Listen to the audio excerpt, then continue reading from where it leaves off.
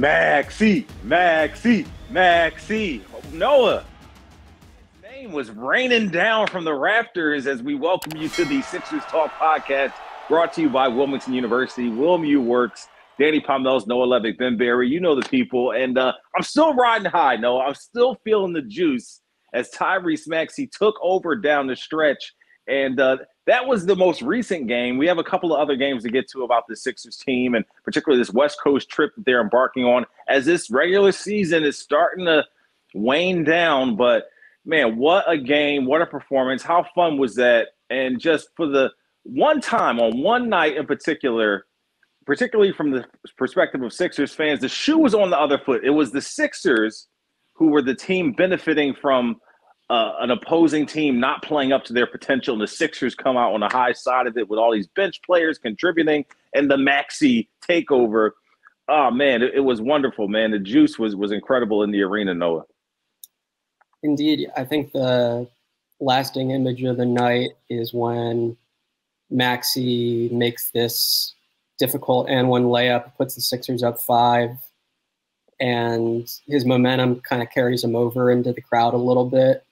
And he just raises an arm next to the people who already love him and encourages them to show a little more love. And for me personally, at that point, I thought, okay, the Sixers aren't losing this game, under Tyrese Maxey's watch. They've got this one in a pretty good spot. But yeah, he has had many stretches this year where he's been downright special, where he's been a star.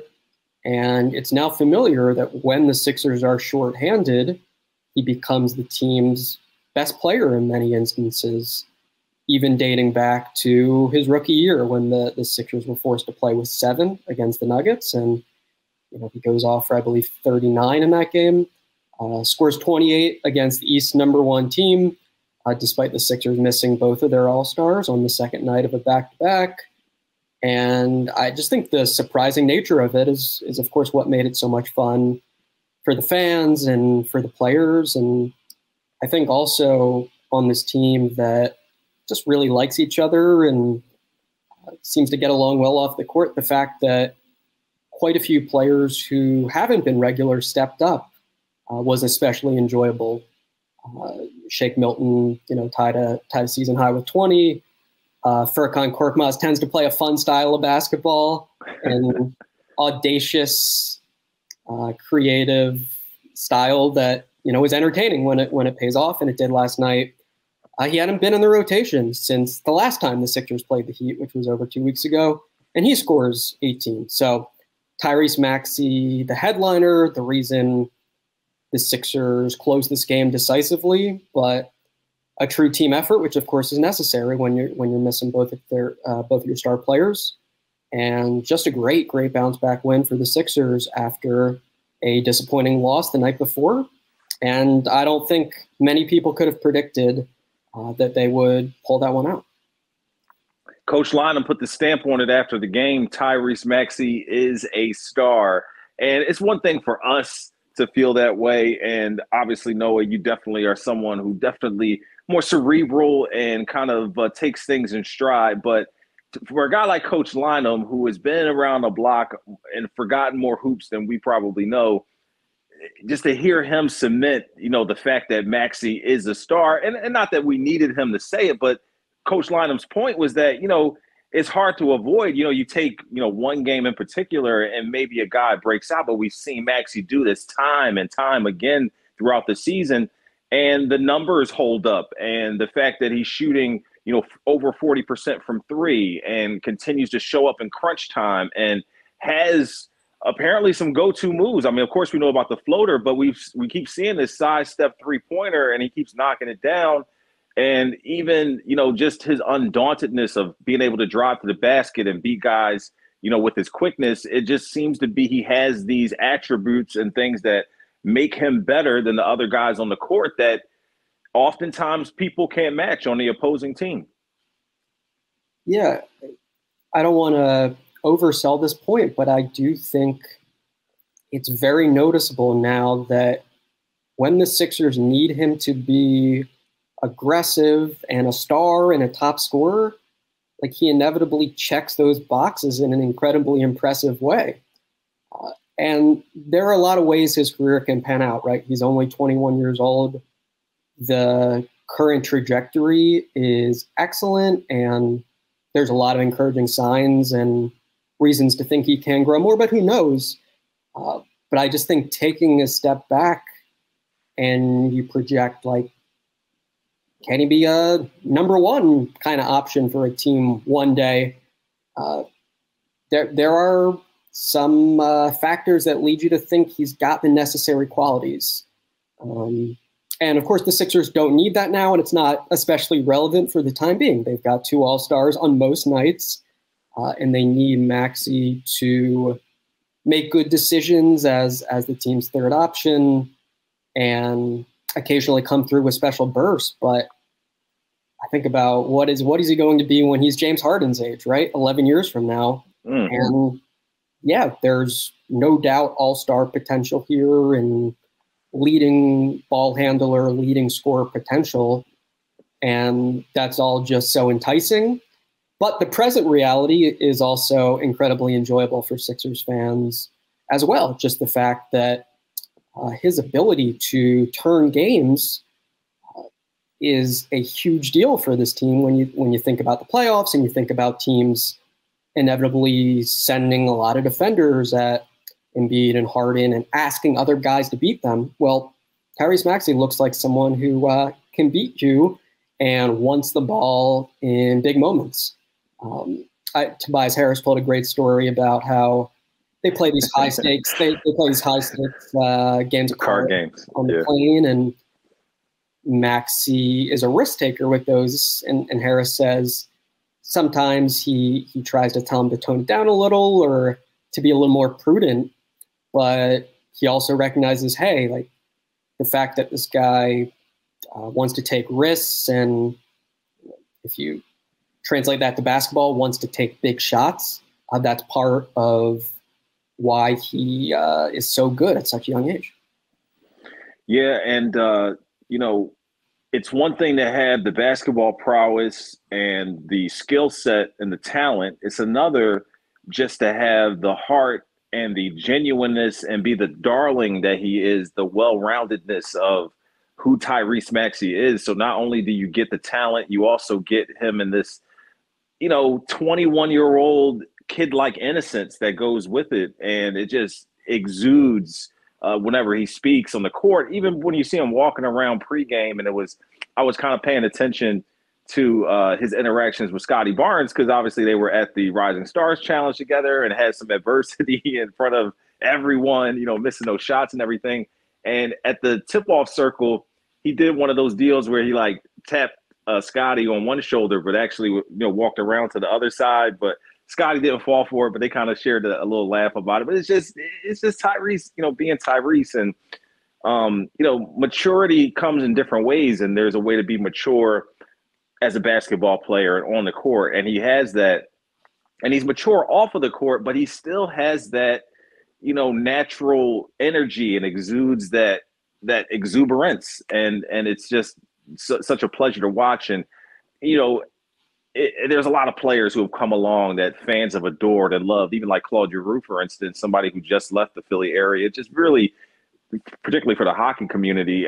Maxey, on the other hand, has that ability to possibly transcend the basketball aspect and be, everyone's a darling to everyone in the Philadelphia sports community, whether you're an Eagles fan or Sixers or Union or what have you, because he just has that certain something that just glows, makes him glow. I mean, do you see it the same way? I think that's all very on point. I think with Maxey, I'll just note, none of this is fake or anything, but supremely genuine. And in those little moments where the cameras aren't on him, it's the same way, where he's always smiling and just a very gregarious personality that everyone loves to have on their basketball team. I know in the Philly area, there are certain ways you can pander to the fan base and say things that folks want to hear, and that's not what is happening with Tyrese Maxey. He is a performer who likes the spotlight. He likes the stage. He likes passion. He likes competition. All of these things are true. He is not faking any of this. And as you said, the naive nature is part of this. He doesn't know much about professional basketball yet. He's learning on the fly. He's trying to figure stuff out. He's taking it moment by moment. He's digesting a bunch of criticism and trying not to let the praise get to his head. And all of that, contributes to him just being this innocent kid that is very easy to root for, very genuine. And I think we even saw that last year during the times when he wasn't playing great or he wasn't getting a ton of minutes, that if the production improved in the way many folks hoped it would, that we were looking at, a fan favorite here. And definitely fair to classify him as that at this stage. And yeah, there are higher tiers that he could most definitely ascend to as he gets older. And the Sixers hope, wins a lot more playoff series and scores a lot more points and all that good stuff. But just the personality and his love for the game and his love for the fans, that is all there in abundance already. And he's a very fun basketball player to watch.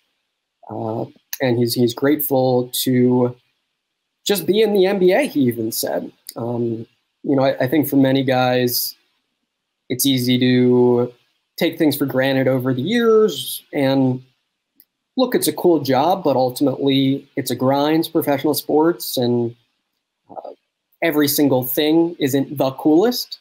Mm-hmm. But for Maxey, this guy just loves basketball. He loves a full house, and I think the fans see all of that and they deeply appreciate it and deeply love this kid.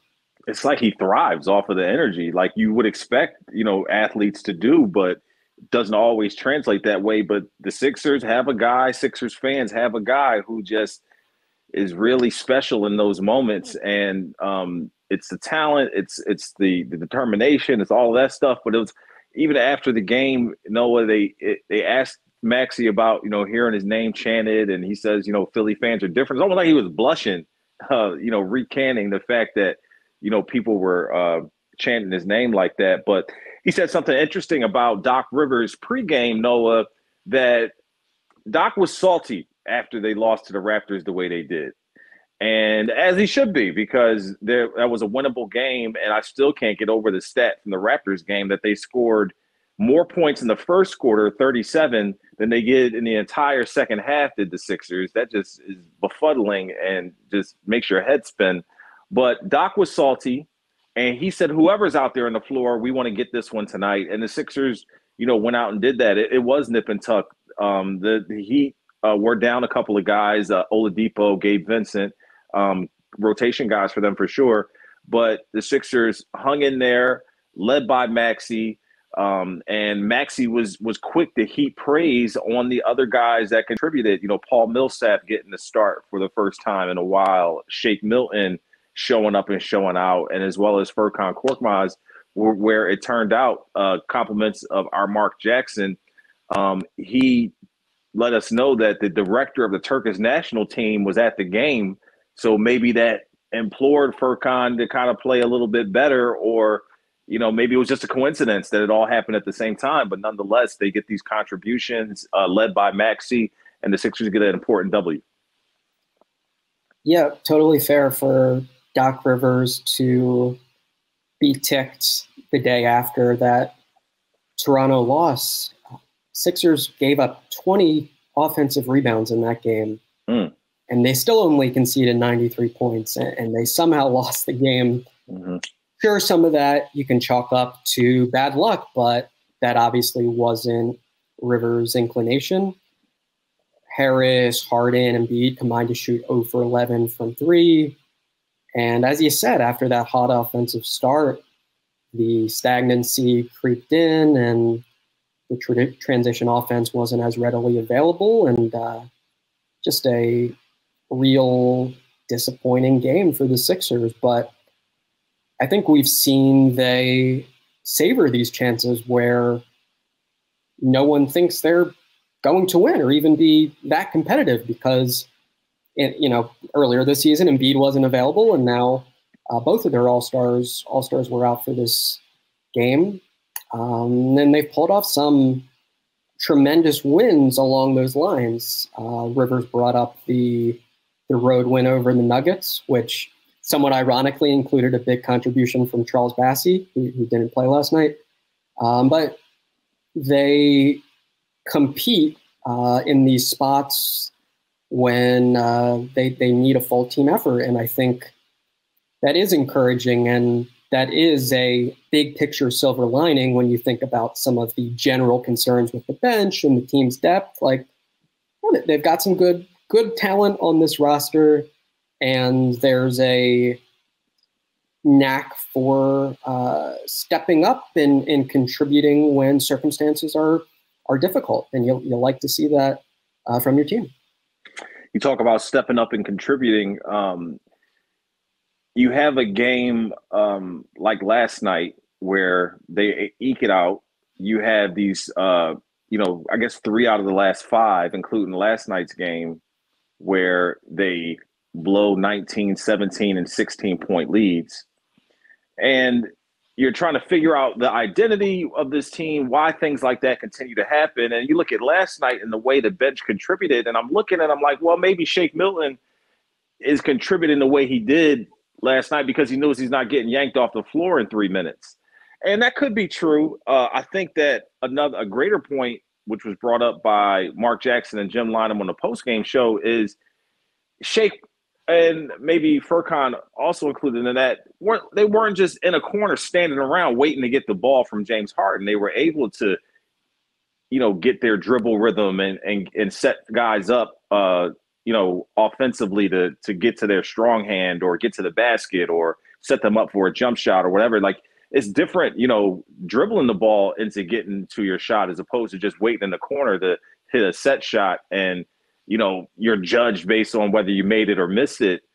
Just on a shot where you're just standing around the whole offensive possession. So I think combining those two things, the minutes thing, Shake, I think, played 31 minutes, and then you have, the also not standing around and being able to dribble and move and get the motion going, even without the ball, moving and getting the motion going, definitely contribute to that. So is it more the impetus on Doc Rivers to find the middle ground between, the minutes that obviously James Harden demands and the way that some of the guys coming off the bench would like to be incorporated into the offense? I guess that's all on Doc Rivers, right? It is. It's on the players too, as far as adjusting to playing with stars, which is something Rivers, I think, correctly noted, presents its own unique challenges. Part of your instinct as a bench player who's typically looked upon to score, of course, is, okay, I have a driving lane. Like, the main option here is get to the hole and score the ball.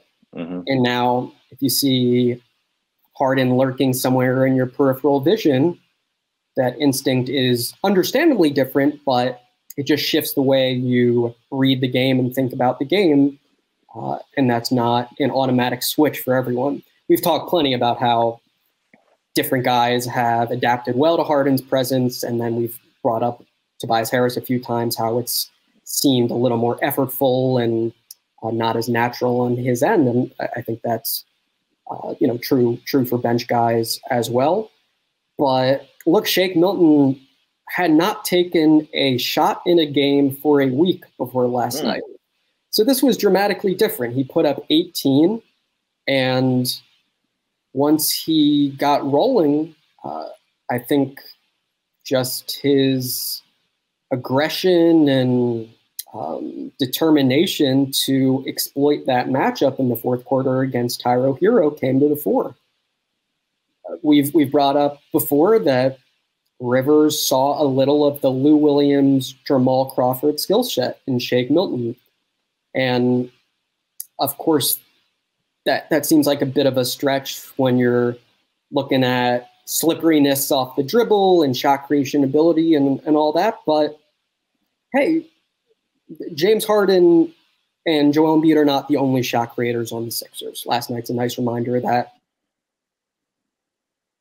He is consistently elite at generating something from nothing, but he's improved at playing through contact, at using his size to his advantage, at getting into the paint.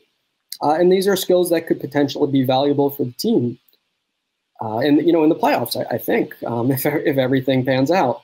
And I think it's interesting for me, the idea that Harden, has been playing a bunch of minutes, has had a heavy workload before last night where he got the night off. And Rivers said, yeah, he's not comfortable with that. It had been 39 minutes per game for Harden over the last 7. And the Sixers ideally would like to trim that a little while also, of course, having him prepared to play a bunch in the postseason. But maybe over this final stretch, you do give Milton some more opportunities to handle the ball in lineups without Joel Embiid and see how that goes. I think it's worth getting some more reps with that, both for Shake Milton individually, for the rhythm, confidence sort of reasons you mentioned, and then also just figuring out the best lineups for your team in high-stakes games. And clearly there's some figuring out that's still necessary for this team. Yeah, definitely some figuring out, because there has to be kind of a melding of all these factors, and hopefully, that takes shape and comes to fruition before the postseason begins so that they can, be prepared as possible. Just real quick, just to get it out of the way, we saw Joel Embiid so excited, really into the action, cheering guys on, jumping off the bench, the whole bit. But I didn't see James Harden on the bench. Do we know where he was or what the deal was with that? I do not. I think Maxey mentioned that Harden was texting them during the game. I'm not sure exactly what that means. He was, in Maxey's view, he was being supportive in some way or the other, and they were happy with that. So I don't think that's all that matters, right? Yeah. I don't think anything scandalous there. The vibes were immaculate, as Maxey would say last night. So yeah, Harden's situation in general was a little bit curious because Sunday night. He said he was going to play, right? Yeah. Sunday night, I just asked about how he was doing physically with all these minutes, and he said he was doing well overall, but mentioned, of course, some of the factors Rivers talked about with ramping up after not having played for a while and getting used to being active on every possession and the cardio angle as well. But he said, direct question. He said, I plan to play, and he did not play. So Rivers said there's no setback, and the team thought this was the right thing to do for both Harden and Embiid. I don't have any problems with prioritizing your star's health for the playoffs. That feels like a no-brainer for me. But the particular situation with Harden was a little bit strange. And we'll see what happens moving forward if they do trim the minutes a little bit and how he's doing health-wise. I mean, for me, it's just a big deal that last postseason, a hamstring injury was a huge factor in the Brooklyn Nets not going as far as they thought they could, a James Harden hamstring injury. Mm-hmm. And that's a major source. And KD, his feet being too big. And that right. That didn't help as well, yeah.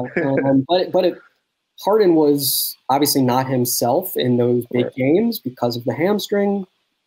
And that's a huge what if for the Nets. And the Sixers, after making this huge trade, don't want to be in a similar position where they think, man, what if we had been a little more cautious, or what if we hadn't been playing him 39 minutes just to get a slightly higher seed or something along those lines.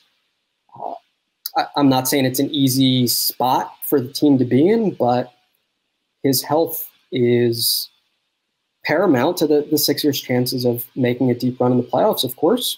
And we'll monitor it going forward. There's 11 games left. And the hope is that Harden is 100% healthy, feels good, just from a basketball standpoint, and then also feels good in terms of the ability to play 40-plus minutes and do so well. But I think it's fair if you have some questions or doubts lingering about whether all those boxes will indeed be checked. Hey, we see the sports science guys trying to help James figure it out by, the extra cardio, hitting the steps after the games, which a lot of people didn't expect. Who knows? I mean, maybe because, at the back-to-back, he's from the Cali, LA area, maybe he went out early. Who knows? And just to get a head start on the trip, maybe the hamstring feels better when it's not, flying that way. Who knows? But he wasn't on the bench, but it didn't really matter. And like you said, the vibes were immaculate.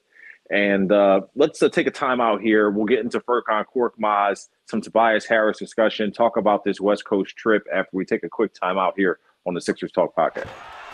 Start college, build skills, and complete your degree with Wilmington University. 100% online options and affordable tuition makes WilMU work for you. Learn more at wilmu.edu. Well, we got a real treat last night as the Sixers pulled out a win. Many people thought that they were just mailing in, particularly against the best team in the Eastern Conference. I think, if anything, this Raptors game and this Heat game shows that these Eastern Conference playoffs are going to be exciting regardless of who the matchups are. So many great players playing well, teams who won it, and it's really wide open in a lot of instances. But here we are with the Sixers trying to make their bid to be one of the best in the East. And we have this Furkan Korkmaz situation, and you talk about Shake Milton not taking a shot in a week. Furkan hasn't taken his warm-up off and it feels like a week. And he comes up and I guess I tweeted this, but I like my Furkan carefree. No ice, please. He goes out there and there's no pressure of being in the starting lineup. There's no pressure of, bringing the ball up or playing point guard. There's no pressure of, him, standing in the corner waiting to get the ball from James Harden or on the wing or wherever you might be. He's going out there and kind of playing Furkan's game. He's kind of, hitting curls and, catch and shoot stuff. And, we saw the fake pass floater that he likes to implore. And it just was the type of rhythm and game that we have seen him succeed at, as opposed to some of the new phase ways that we've seen Doc Rivers try to incorporate Furkan into the lineup. Can we see more of this Furkan down the stretch, or do you feel like because it was a moment or a situation that demanded Furkan, step up in that way, whereas once Harden and Embiid are back, we might not see him in that same role? I guess we've learned with Korkmaz, you can't entirely rule him out or count him out in any situation. He's the longest tenured Sixer outside of Joel Embiid, because in quite a few instances when he's been on the fringe or been spending a lot of time on that bench, he reminds me. It's like the Undertaker. Yeah, he comes right back. Pete Korkmaz shows up, and there's a ton of flair, and fans are ready to get behind him. They want him to do well. They want to cheer him. Fans love the idea of a shooter, of a microwave scorer, and Furkan Korkmaz has occasionally been that. Sporadically might be a better term. And hey, good for him that he was ready. And I think, sure, I agree with how you laid it out of he didn't have the pressure of playing next to stars, but another way to look at last night could have been, man, I've got to take advantage of this or else. But that didn't seem to be on his mind at all, of course. He just played his game, his very confident, freewheeling game, and it helped the Sixers win. The pairing, of course, with Milton was nice. They played off each other well, and it's not the first time we've seen that. Doc Rivers said that when he called Korkmaz off the bench to sub him in the game, basically his coaches looked at him kind of funny, like they maybe weren't on the same page. Right. But he's demonstrated. Who? Yeah, all righty. But in true Furkan fashion, he's hot from the floor and then goes and clangs 2 free throws. Like, come on. Yeah.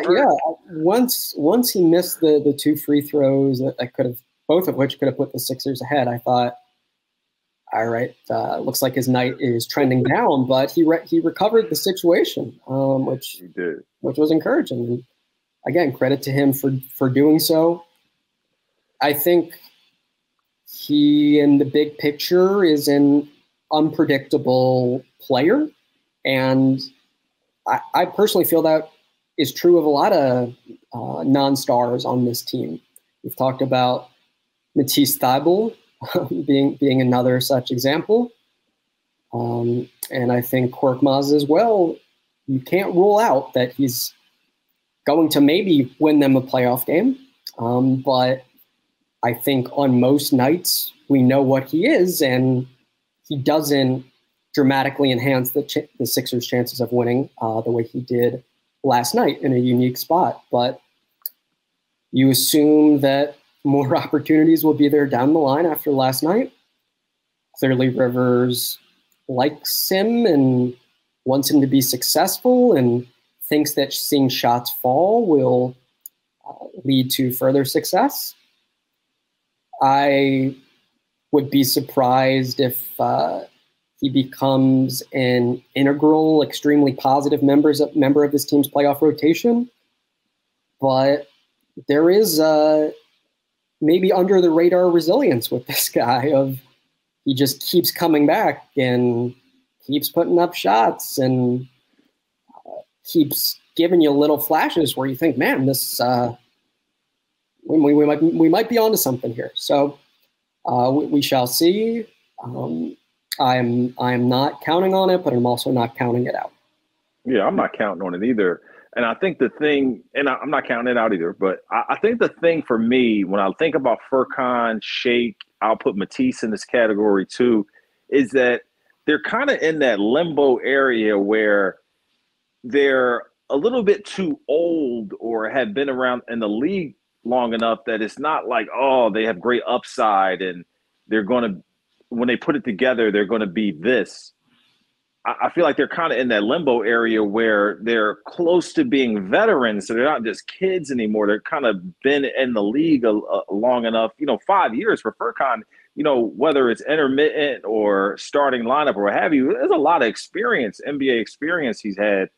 And you want to see the progression and the actuality of the potential.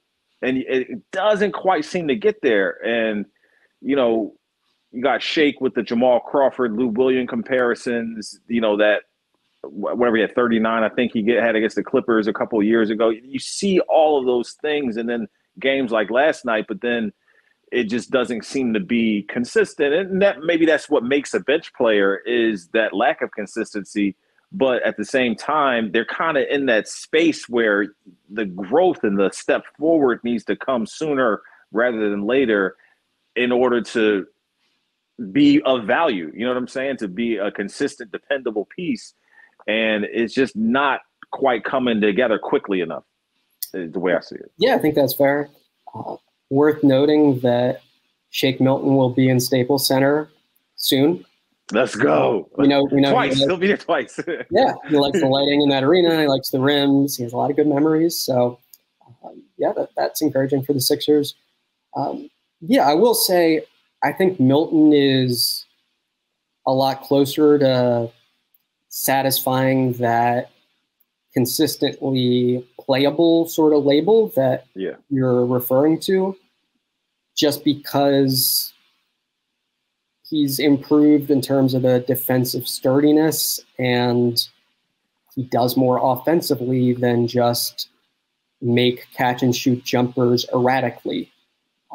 Of course, him returning to what he used to be as a shooter would round out his entire game.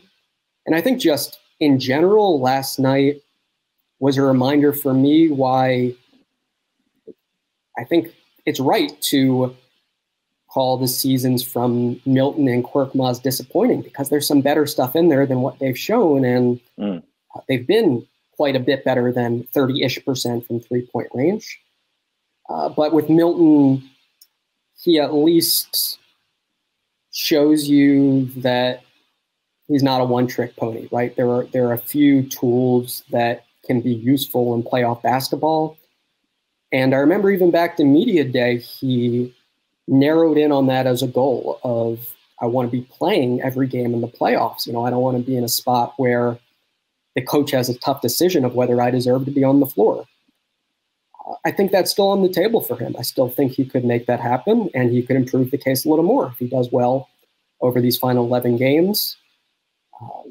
And I think there's some reasons for optimism with him and the developmental path, even if he's not a star bench player, he's not a 6-man of the year contender.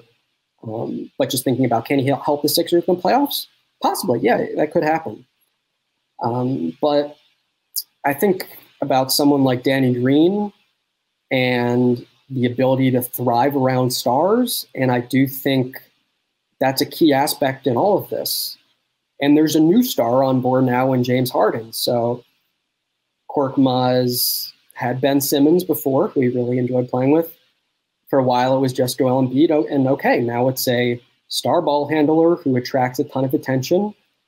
And maybe he will get opportunities to be a floor spacer next to James Harden and take catch and shoot threes and maybe make positive things happen off closeouts.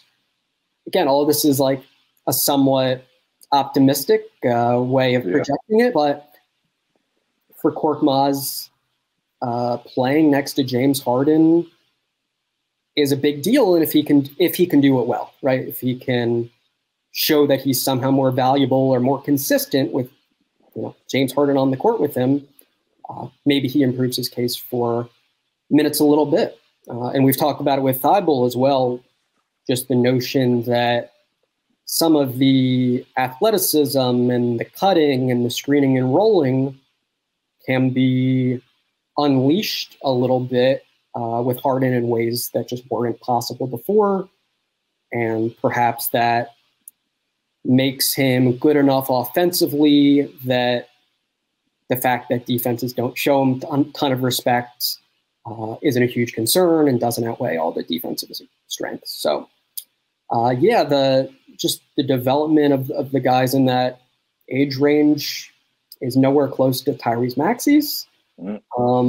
And they're big question marks. They could swing playoff series one way or the other. Like if the bench is the level it was during that horrid stretch a week ago, the Sixers are going to have a tough time, making the Eastern Conference Finals most likely. But if Shake Milton gives you some solid minutes as a ball handler, and Korkmaz plays next to Harden and bangs in, 3 catch and shoot threes in a big moment, of course, the Sixers' chances of advancing far go up substantially.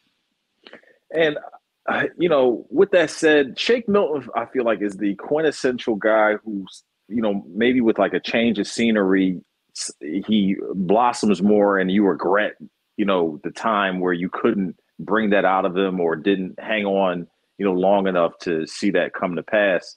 Whereas I don't quite feel that way about Korkmaz. I feel like the opportunities have been there for him and he hasn't seized them, where I feel like injuries and, rotation and things like that have hurt Shake Milton. Eventually he's going to get some of these foul calls on the court, maybe hopefully in the postseason that comes to pass. But let's move on a little bit and talk about these other two starters. And Tobias Harris salvages a poor shooting night and ends up 6 of 12 thanks to a strong finish. And then Paul Millsap getting the start where we maybe thought DeAndre Jordan might get the start, but Doc Rivers saying after the game that he felt like he likes DeAndre off the bench. And poor, Paul Reed and Charles Bassey. Charles Bassey doesn't even take his warm-up off. Paul Reed gets in for about 3 seconds, I think, at the end of the second quarter. And there was also a chance where he was at the scorer's table in the fourth, and was on the court, but then got sent back to the bench. So all in all, he played 3 seconds where we thought this would be the opportunity. And even Doc Rivers said pregame that they would get some looks. But to Paul Millsap's credit, he did play some good minutes for the 76ers, particularly a great block on some help defense. And DeAndre Jordan wasn't awful in the time he was on the court, although there were some few times where it looked like he had cement in his shoes. Sometimes, no, I don't even know if he can bend all the way over. It's like he doesn't even go down, to the ground where in situations where you think he should. But let's kind of, piecemeal those guys and talk about whatever you saw last night regarding those players and some perspectives that you had. Yeah, just a fun little story on Jordan. One of these recent games, either last night or the night before, him and some of the Sixers staffers were having some fun near the end of his warm-up, just rifling passes at him in different directions and just working on catching the ball. Right. Some high ones, some low ones. So there's clearly recognition that is important, and it is not a strength of DeAndre Jordan's at 33 years old. And there was a rough one last night where it wasn't particularly high or low. It just kind of went through his hands for some reason, it's not great. My impression was that, Millsap was the better of those two veterans. He closed the game over Jordan. Both of them are clearly hampered by all the mileage and not what they once were. But with Millsap, you did see some productive savviness in some instances where he anticipated well, and that enabled him to overcome some of the athleticism deficiencies and the fact that he's only 6'7". But I think my sense is most folks would have liked to see Charles Bassey and or Paul Reed get real minutes, but it never felt super likely, just given that Doc Rivers is high on DeAndre Jordan, thinks he's going to be important for this team in the playoffs. And his preference was to give Millsap his first minutes in over 2 weeks. And to Millsap's credit, he handled the situation like a pro and did some good things for the team. But I guess if Reed and Bassey are not going to play last night, it's tough to see where there might be an avenue for them. Perhaps Paul Reed, there's a slight openness to using him in these weird special situations. Maybe against a team that is super athletic, or even against the Raptors, they used him. I was going to say, because they go with a small lineup. So, I think it was Jordan in there, and they had Reed not at center. It was Reed and I think I'm just saying the Raptors. They play small lineups. So you would think that would benefit Reed or even Bassey, maybe more so Reed, for opportunities to get in there against guys like that. Right. I think it was one of the first post-deadline games, but Harden wasn't active yet against the Cavs. I thought Reed was very impressive in that game against Mobley. And again, some of those more athletic players who DeAndre Jordan and Paul Millsap are inevitably going to be challenged by. But with Paul Reed in the Raptors game, the team was getting crushed on the boards, and the Sixers at least respect that Paul Reed is an excellent rebounder and can help them in those spots. So maybe he is more likely to play there than a conventional, okay, we're going with Paul Reed as our backup center over DeAndre Jordan kind of deal. But I'll again note, DeAndre Jordan has not played a postseason game in 5 years, and it looks like that is going to change very soon. And you're probably not filled with confidence as a Sixers fan about that reality. So it's just the way it is, and the Sixers have to cope. And I think it's become more and more apparent just that those Embiid-less minutes are largely about Harden creating and making shots. And he failed at that job against Toronto. Missed a layup, had a couple bad turnovers, even missed 2 free throws uncharacteristically. And the flagrant foul to end it. Yeah. So yeah, that was late in the game. Yeah, but even earlier in the fourth quarter, he wasn't good. During Jordan's final stint, and that's a big reason the Sixers decisively lost those minutes. So it's not all about DeAndre Jordan, though I understand being fixated on him and being not thrilled that he's the Sixers backup center of choice at the moment. But the bench as a whole did a nice job with Korkmaz and Milton leading the way. George Niang started and did George Niang things, and it was truly a team effort. That's not a cliche in this instance. The Sixers collectively gave really excellent effort in a spot where it would have been understandable for them to not show a ton of intensity or focus. So team got the job done. The backup center situation did not miraculously become, a million times better, of course. Yeah, I am really curious to see how the Sixers perform here on this West Coast trip. 3 games. We mentioned the Staples Center or Crypto Arena, whatever you want to call it. But Lakers and Clippers should be 2 wins, right? Lakers for sure. Clippers most likely. Phoenix, really interested to see how the Sixers respond to having lost the Phoenix game here in South Philly and what they do here, having their full complement of guys for that matchup. So some late nights coming up, but some very interesting games. Noah, you have any overarching thoughts on the West Coast trip? Again, you might want to pencil in a big Shake Milton night at Staples Center. Okay. He's feeling good. He likes the arena. And the Sixers will be cognizant of Harden's minutes. Maybe all of that contributes to Milton getting more of an extended opportunity and giving the Sixers some buckets. Yeah, the Lakers have been an entertaining mess this season. Yeah. They're a very watchable team, but not for a lot of positive reasons. And the Clippers, came back from a 26-point deficit to beat the Sixers in Philadelphia. So that game will be on the team's mind, and there's a little chance for revenge there.